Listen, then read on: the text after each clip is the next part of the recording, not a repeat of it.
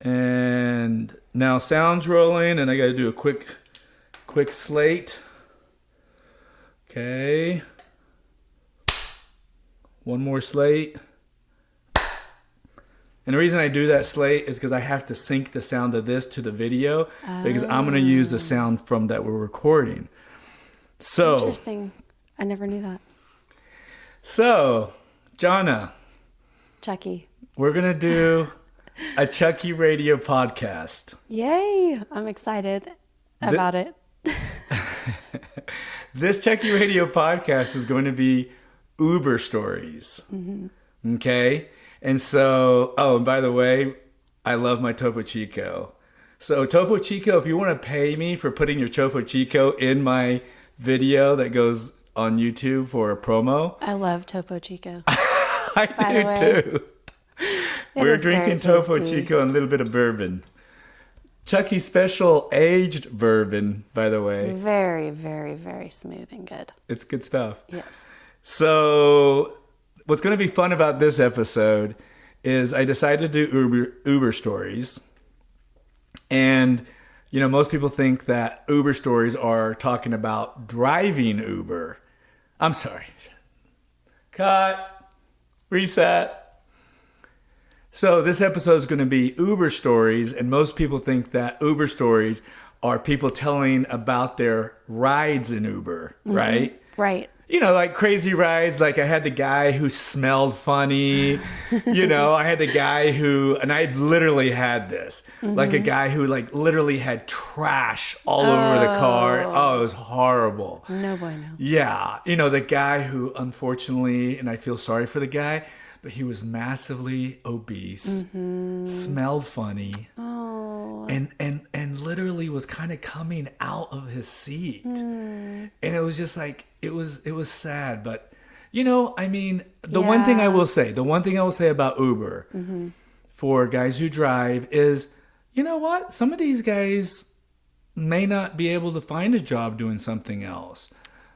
True. And if they have the ability to drive and they can get approved by Uber or Lyft and can drive and make some money, and hopefully people won't give them bad ratings and realize that, hey, this is someone just trying to make a living.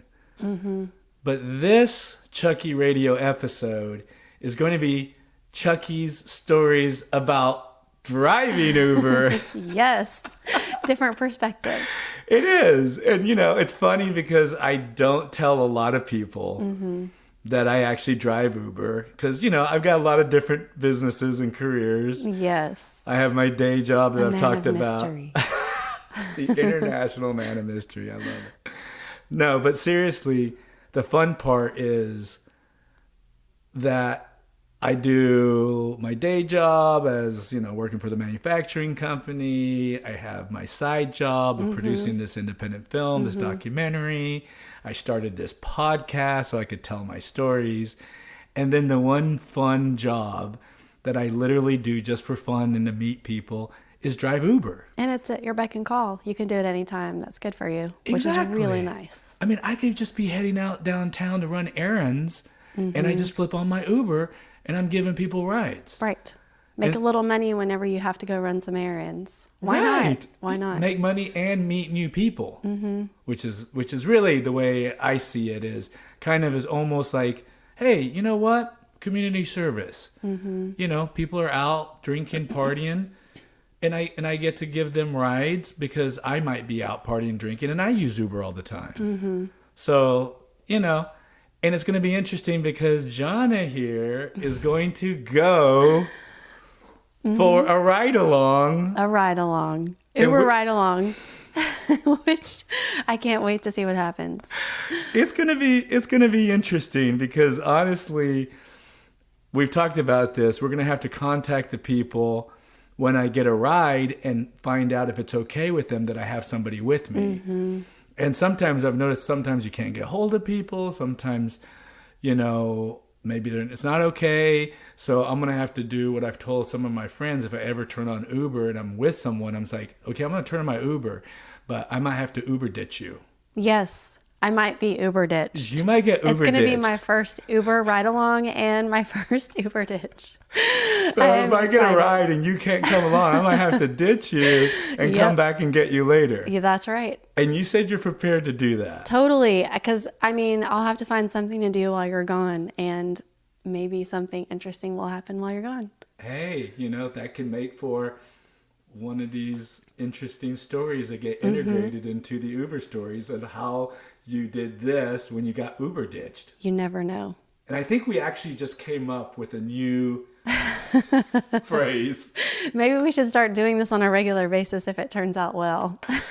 Hey, you know what? And the other thing that I wanted to do with this particular episode, the episodes I've done so far, for the most part, have been more telling some fun, crazy stories, but I haven't really gotten into, like, what's the meaning behind these stories, or what's the lesson learned, or looking at, more of a introspective type of viewpoint on what was the motivation. Like, I've gotten a little bit of feedback about my little college story of getting the duck drunk. Right. And, I probably should have talked a little bit about more on realizing that it wasn't the best thing to do to go catch and get a duck drunk. And yeah. I mean, you did mention that at the end. And I did. And honestly, I think it speaks a little bit to one of the big problems that we have in college, and particularly in fraternities, is that whole, group mentality or peer pressure. I mean, peer pressure has been around forever. And time frame. I mean, certain things that may have been acceptable back then, maybe they aren't so acceptable now. I mean, times change too. That's true too. And so when a story like that's told today, all of a sudden people look at it from a different perspective. But back then, when this happened, 20 plus years ago, it wasn't as... But it's still okay to tell your story. I mean, you shouldn't be precluded from telling your story, right? Well, and I think the point, and we're kind of getting a little bit off subject here, so some of this may get cut off. Yes. But I think part of the issue that someone had brought up online about that particular story was, is it appropriate to make fun of or create an entertaining story about potentially abusing an animal? You know what I mean? It's like, yes, it happened. Yes, it's a story that I guess can be told, but should it be celebrated? Should it be something that's entertaining and fun? You're promoting doing something that wasn't really a good thing to do. I see what I mean. I definitely understand that viewpoint for sure. I see that perspective, Yes. and there's a whole potential Chucky story episode talking about like this fine line, because this applies, and this person that pointed this out online like was not happy with me doing that story. They've also had issues with me fishing.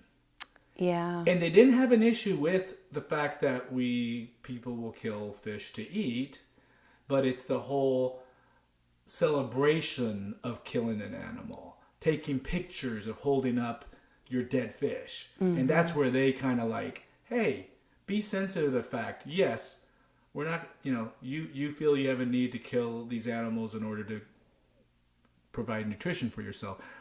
But at the same time, don't celebrate killing animals.